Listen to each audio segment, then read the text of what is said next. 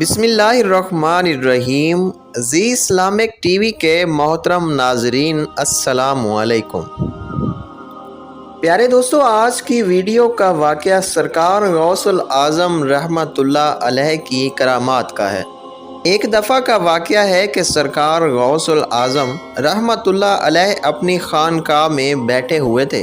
ابھی دوڑتا ہوا آپ کا ایک مرید آپ کے پاس آیا اور آنے کے بعد عرض کی کہ سرکار رحمت اللہ علیہ، میں تو برباد ہو گیا ہوں، میں تمام ہو گیا ہوں۔ سرکار غوث اعظم رحمت اللہ علیہ نے فرمایا کہ بتاؤ کیا بات ہے، تمہارے اوپر کون سی مصیبتوں کا پہاڑ ٹوٹ پڑا ہے؟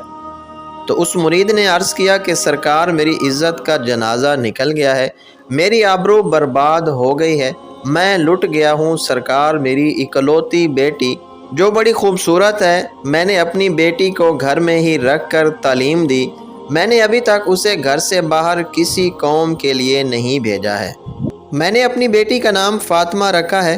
سرکار، میری بیٹی میری اجازت کے بغیر کبھی گھر سے باہر نہیں جاتی، لیکن آج جب میری بیٹی چھت پر گئی تو وہ چھت سے واپس نہیں آئی۔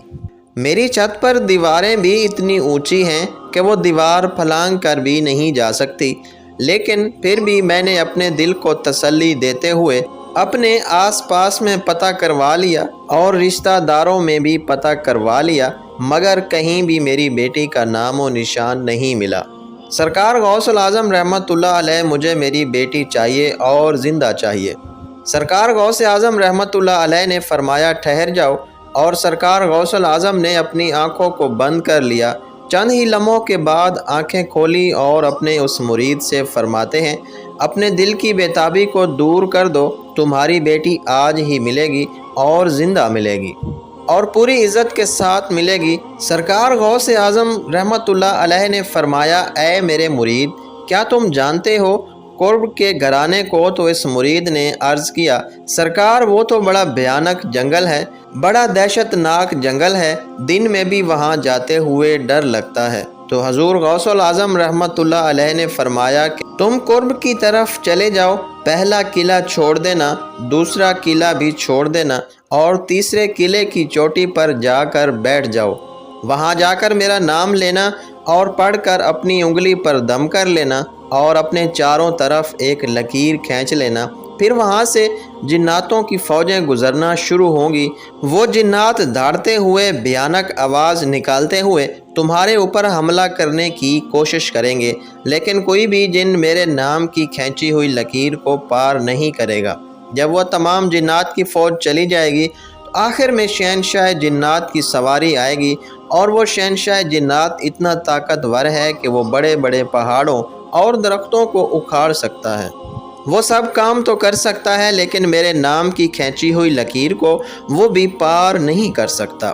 پھر وہ شہنشاہ جنات آپ سے پوچھے گا، پھر آپ اس کو اپنی پوری داستان بتا دینا کہ میں حضور غوث اعظم رحمۃ اللہ علیہ کا مرید ہوں، انہی کا بھیجا ہوا ہوں، مجھے میری بیٹی آج ہی چاہیے اور زندہ چاہیے اور پوری عزت کے ساتھ چاہیے۔ اگر میری بیٹی کو کچھ ہوا تو میرے پیر کے قہر سے پوری قوم جنات کو کوئی نہیں بچا سکے گا۔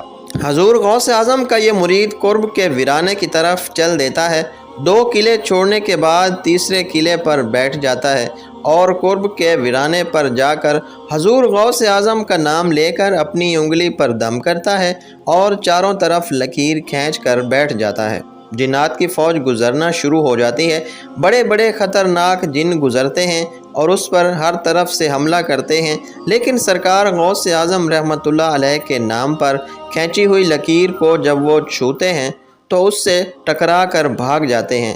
سارے جنات کی فوج چلی گئی، آخر میں شہنشاہ جنات کی سواری آئی، وہ اپنی پوری شان و شوکت کے ساتھ آ رہا تھا۔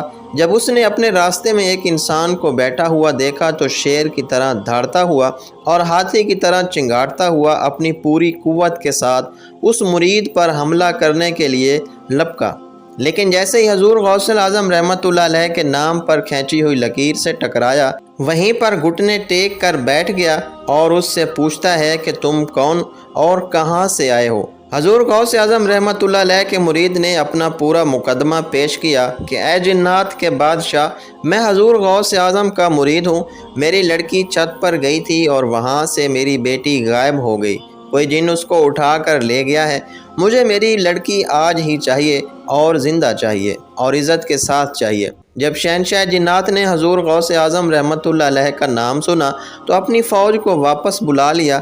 واپس بلانے کے بعد کہا کہ یہ غوث اعظم رحمۃ اللہ علیہ کا مرید ہے، اس کی بیٹی غائب ہو گئی ہے، کوئی جن اسے اٹھا کر لے گیا ہے۔ تم پوری دنیا کے کونے کونے میں پھیل جاؤ، سمندر کی گہرائیوں میں اتر جاؤ، کنوؤں کی گہرائیوں میں اتر جاؤ، پہاڑوں میں، ویرانوں میں تلاش کرو، جنگلوں میں تلاش کرو، آبادی میں تلاش کرو، جیسے بھی ہو اس لڑکی کو لے کر آنا۔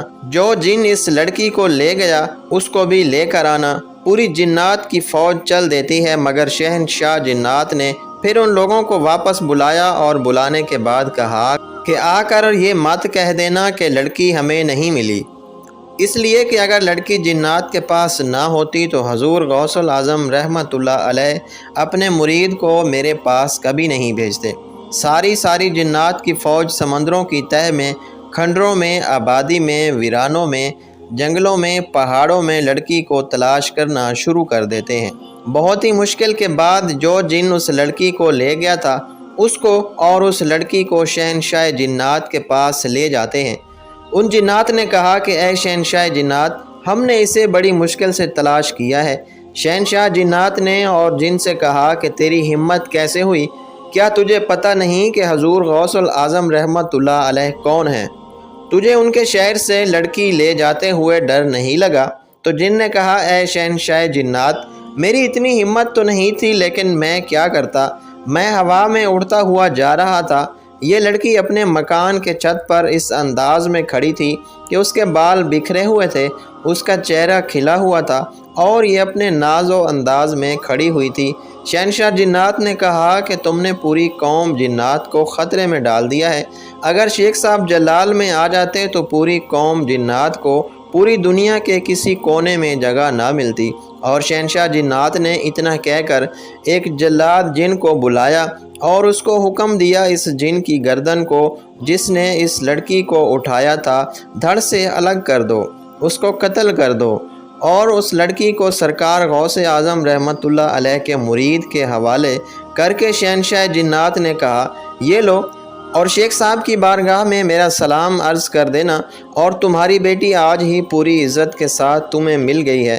شہنشاہ جنات اتنا کہہ کر چل دیتا ہے۔